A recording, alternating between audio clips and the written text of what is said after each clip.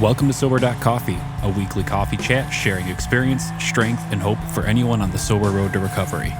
You can download Sober.Coffee weekly on all podcast platforms and check us out on Instagram at Sober.Coffee Podcast and on Twitter at Sober.Coffee Pod.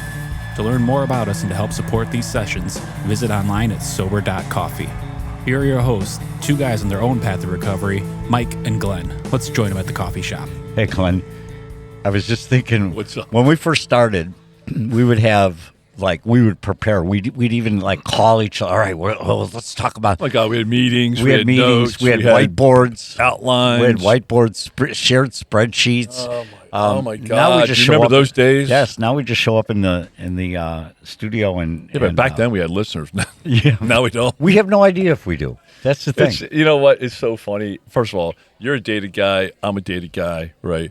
And hey, at the beginning, you want to make sure all the wires are all connected, right? Brian helped us with that, and, right? I mean, you don't want to go on here and invest in the infrastructure and the time and the resources and then not have zero listeners. Yeah, the speakers are plugged in, right. So we watched the beginning and I mean, we have 50-some thousand. I mean, we're in 50 countries, right? I mean, but who knows, right?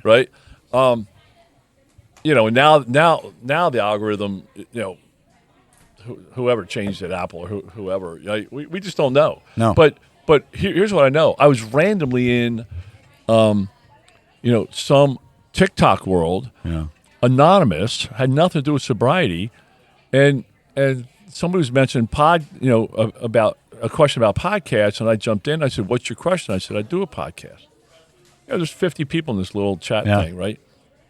And so I said, "No, I do a podcast on sobriety."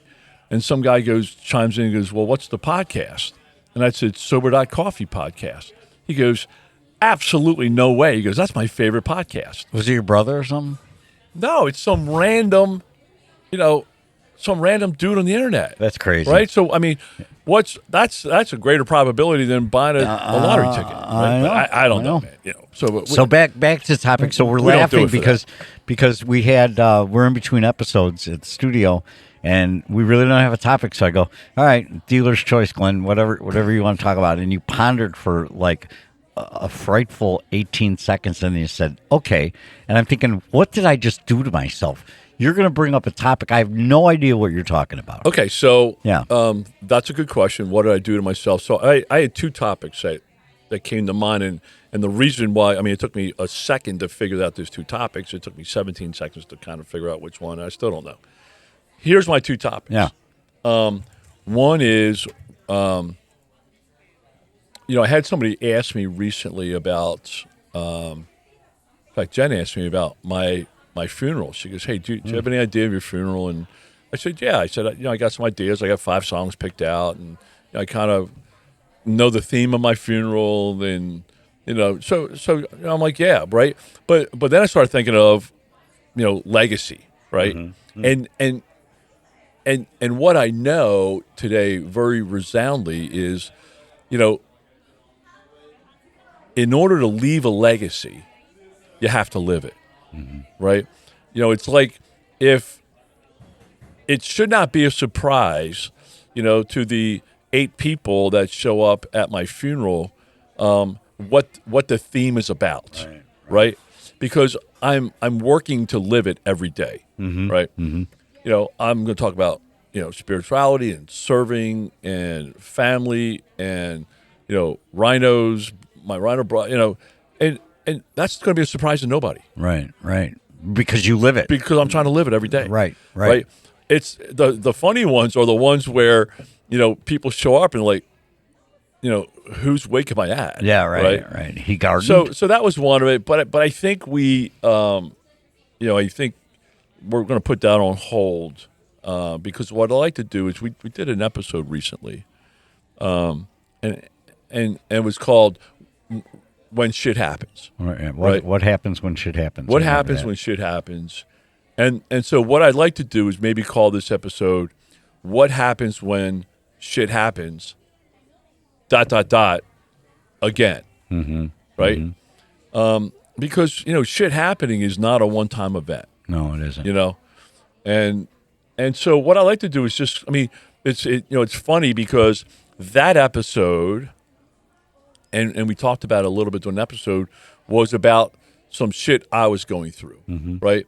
And what we can do is come on here and just talk about, stuff and I think one of the values, and when we hear from people, we love hearing from people. But when we hear from people, it's like, hey, you guys are real, right? You guys aren't just painting some picture like they do on the stage at some church service, right?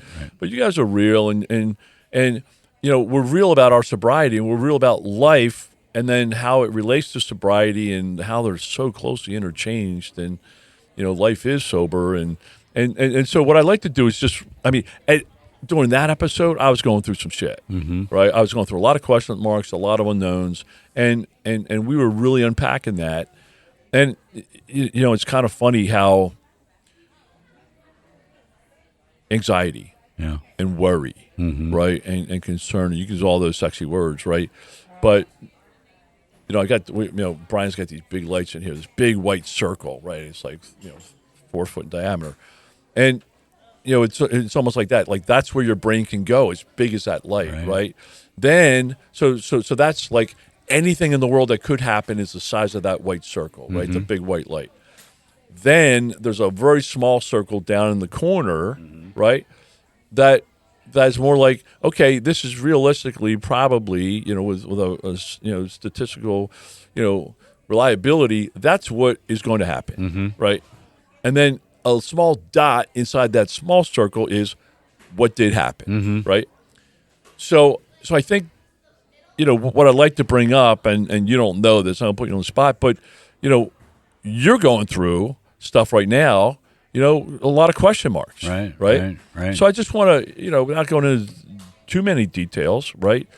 You're in the middle of a time of uncertainty right now for you. Right. Well, here's the most amazing thing. And it's a medical thing. Yeah. When we did that episode a few weeks ago, what happens when shit happens, we were talking about hearing somebody else's story about all kinds of bad stuff that was going on in their life. And from behind the microphone, I'm thinking, man, I don't know how I would handle that. Well, next thing I know, I'm in the midst of turmoil and I'm handling it. Which I didn't project on myself that I would handle it. But you weren't worrying about that. I wasn't worried about it during that episode. No, not at all. But since then, we have a guy in our church group. Every week. Oh, it is a tsunami of every single stress week. Real stressors. Real. And you just sit there and say, but and he's not an alcoholic. No. Half our church groups are alcoholics, but on the sober path. But he's not.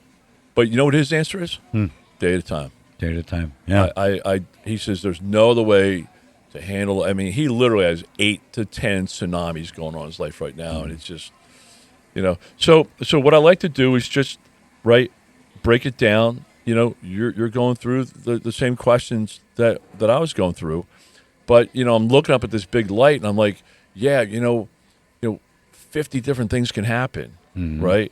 But, probably 5, could happen, right? And then there's one thing that will happen, right? So how are you handling that what tools do you use when you're middle of shit happening, a lot of question marks, right? What tools do you use to handle that? Well, I think it's a great question, and I wouldn't have been able to answer it 2 weeks ago, but I can answer it now because now I've got that little ball that you said that's smaller than the big light. There's this reality that's happening with me right now where, I've got medical diagnosis that's very concerning. And, I'm like... But it's not definitive. But it's not definitive. And I think you said something to me really grand the other day. I don't know if you remember it, but you said, in everything I'm hearing, I didn't hear that it's a death sentence, right? Right. And that took me from the big light down to the small light. I'm like, yeah, you're right. Nobody said, you got 2 days to live, right? So, and even if they did tell me I had 2 days to live, how is that going to change really anything that I'm doing today? I mean, again, I played this off in my mind in my drinking days, and it's funny you brought this thing up about the funeral. You know, I have an idea about how my funeral should go today, and maybe I'm just too old and I think about that more than not. But I'm telling you, I had a vision of my funeral when I was out there drinking and drugging. Oh, it was going to be a big party. There'd be rock music playing in there. There'd be stories about me, wreaking havoc in the community in my town, and there'd be a lot of tears and I thought that'd just be a great way to send me off. And now my vision of the end of my life is totally different. I hope that I have time. I hope that I have time to do exactly what you said, which is to leave this legacy, to kind of, how do you say it? Go out with style. First of all, let's just put this on a level playing field. Right. You did not get a death sentence. I did not get a death sentence. So it's not like we're right. We're preparing for anything here. Right. Just got a diagnosis. That's all I got. A possible one. Right. I mean, you're not. You're also the king of second opinions. Yeah, and you're not. You haven't gotten a definitive. Right. It's Which is the worst place to be, because now I'm in the murk. I'm in the light. You're in the big light. I'm blinded by the light. You're like, oh, here's all the things again, and then, God, I hope you didn't do this. I hope you didn't go on Dr. Google. Yeah, right. Oh, no. I mean, because that'll mess you up in 5 minutes. I honestly, I did not do that. That's phenomenal. Specifically and on purpose. I mean, I'm not going to go try and figure out, because it could be a ingrown nail could be a sign of cancer, for Pete's sake. So let's switch back and forth between the two topics. Okay. Are you comfortable today with how you were living? Are you comfortable with that being your legacy? Absolutely. It's there's no better answer. There is no better answer. There's no better feeling than I know. So if you checked out tomorrow, you hit the finish line. That's right. The way you want to hit the finish line. Right. And that is so far from where I was. Do you know how many people can say that? I know, right? Few. It's a gift. I mean, it's a gift I've been given. But I would say, my guess, and this is a wild guess, my guess is there's more people that can say that are in sobriety than are not in sobriety. Yeah. Just normal people. Yeah. I'm not even talking about problem drinkers. I'm just talking about the normal person. I would say the people that have gone through sobriety, and I mean, we came through the 12 steps. We believe in that, and there's a lot of other ways. But I still think the other ways tend to change a life where you don't have to escape. Right. And I think you live better, right? But I mean, there's no better way. So what tools over the last couple of weeks have you used? First and foremost, get in the moment. Get in the moment of reality. What's happening right now? What is my reality right now? Today, the next hour. What do I need to be doing the next hour? That's probably number two. And a lot of times, that is what the doctor said. Yes. Not what you heard. Very good. Yep. Right? Because, I mean, that's why it's always good to take somebody with you to the doctor. Which I did, right. Because it's, a lot of times it's what you hear is not factual. Right. You're worried about that big light, all the shit that, simultaneously. All right, so live in a moment. Okay, but that's really a result of number one. Number one was having other people help me define what that moment should be. All right. Right? So set a different way. Outside influence. Don't take it. I didn't take it on myself. One of the first calls I made was to you.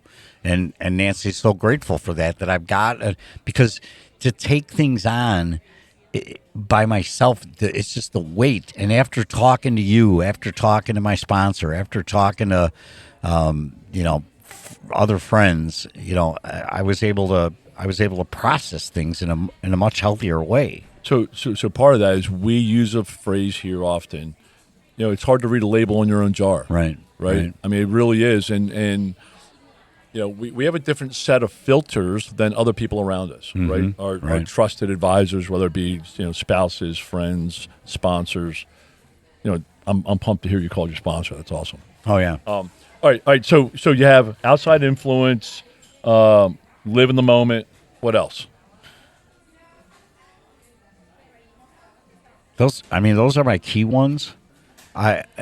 Prayer is certainly part of it. I had to, and again, no strategic prayer, but the past 6 years I've created this relationship with my Creator, right? Who I believe created me. So what does your prayer look like?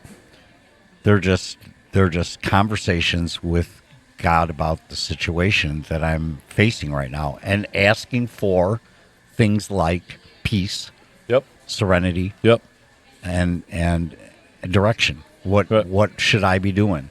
So what I love about those three is what I didn't hear. Healing. Right now.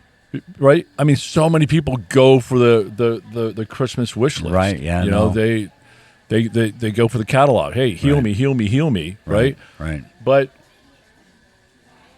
sometimes people aren't healed.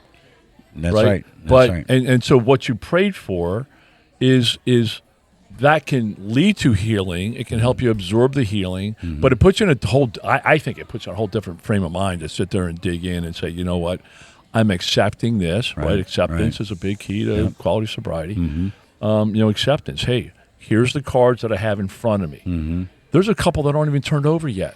And can I tell you another thing that really has come into play is a reality of, if I take a glass, a glass Pepsi bottle, and I take a hammer to it and I smash the shit out of it, it's never going to come back the way it was.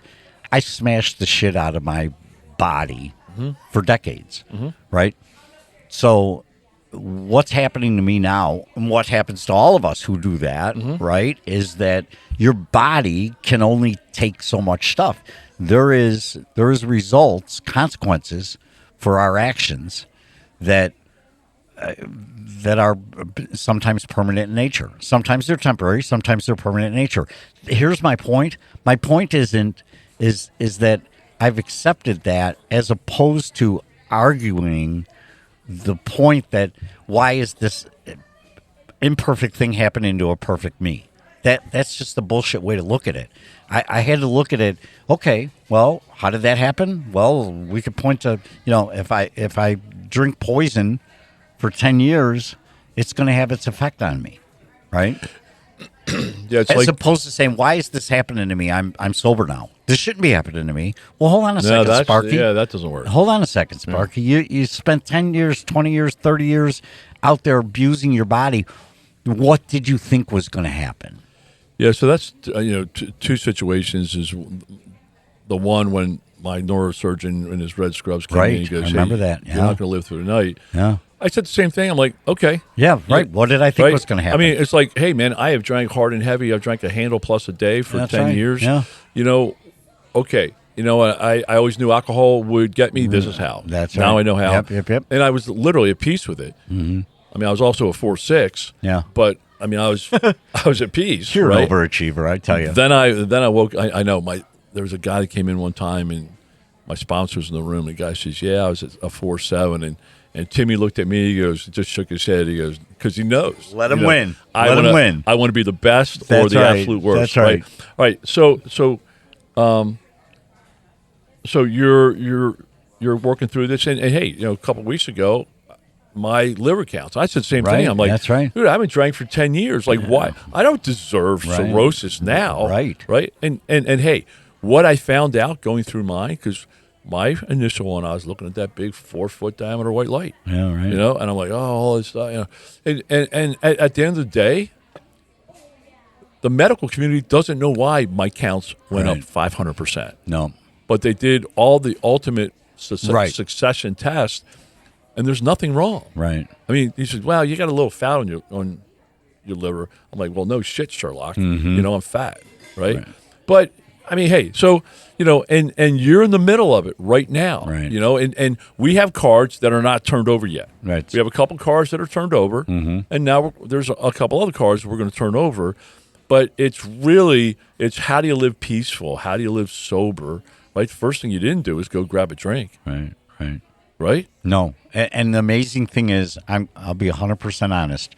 There was times in my early sobriety where I played the game. I asked the question, if I had cancer, would I just go drink? If I was diagnosed with the I've asked that. right, and I mean, if I'm in hospice, am I just going to cocktail it out? that's right. And so, but here I sat with, again, looking blinded by the big light, thinking, the worst of what could happen. The last thing I would do right now is take a drink and take my brain off of this trek that I'm on right now, which is clarity. It's clarity. And that is such a miracle that I have clarity in my life. I never had that in my life. Even before I started drinking, I never had the clarity that I have now. Yeah, if I was in I'm just like you.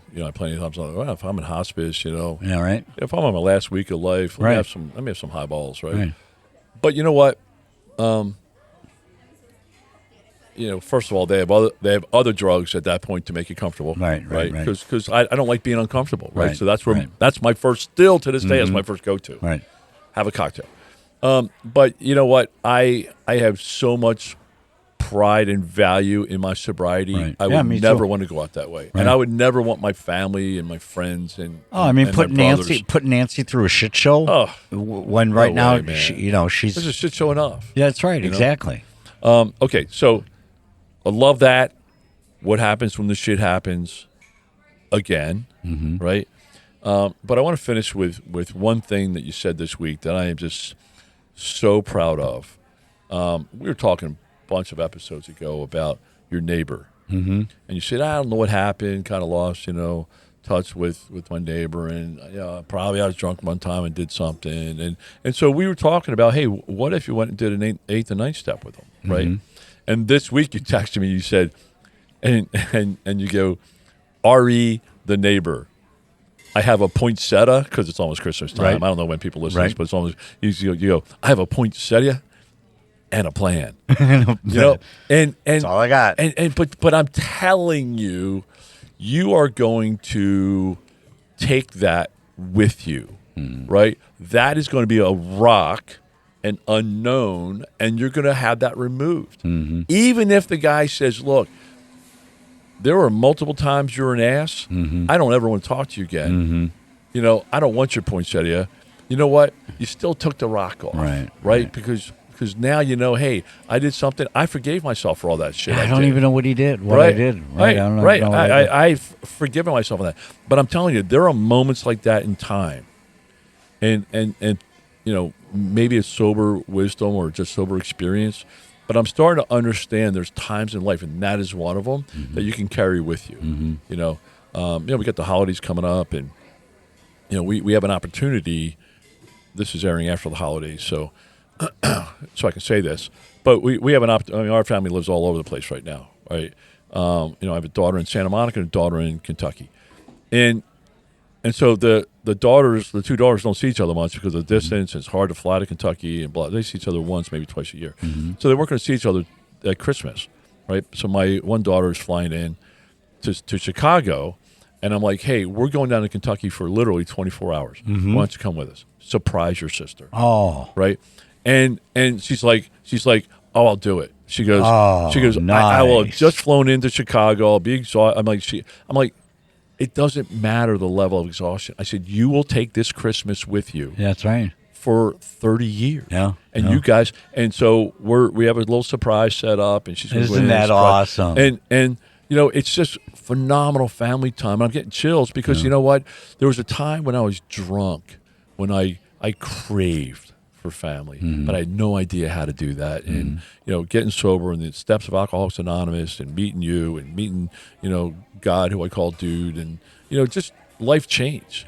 So hey, I appreciate you opening up, right, and being raw, and showing some tools in real time of what you got going on, because you know what, life happens, shit happens. Yeah. What are you going to do? What are you going to do? Right? And there's nothing better than having a program or a set of tools and people that you love and people that care for you, and a God that you can reach out and pray to. And I had none of that 6 years ago. I know. I had me and the burden of the problem. And the bottle. It's in the bottle. Right. And the bottle just created more problems. It took transformation to get us to this point. I love it. I appreciate your honesty and your openness and your rawness. I know it's tough to talk about at times, but you know what? Maybe. We have 3 listeners. maybe you can help one of those 3. Love you, Glenn. I love you too, brother. Best wishes, man. Thanks, man. Thanks for joining us for today's coffee chat. To contact the show, email us at podcast@Sober.Coffee. If you need immediate help, the AA hotline is 800-839-1686. The National Suicide Prevention Hotline is 800-273-8255. Remember, Mike and Glenn are sharing their own journey on the path to recovery. Any suggestions, medical or otherwise, are their own experiences and should not be viewed as professional advice. See you next week, and remember, there is a solution. Stay safe in the city of Chicago. Beautiful city.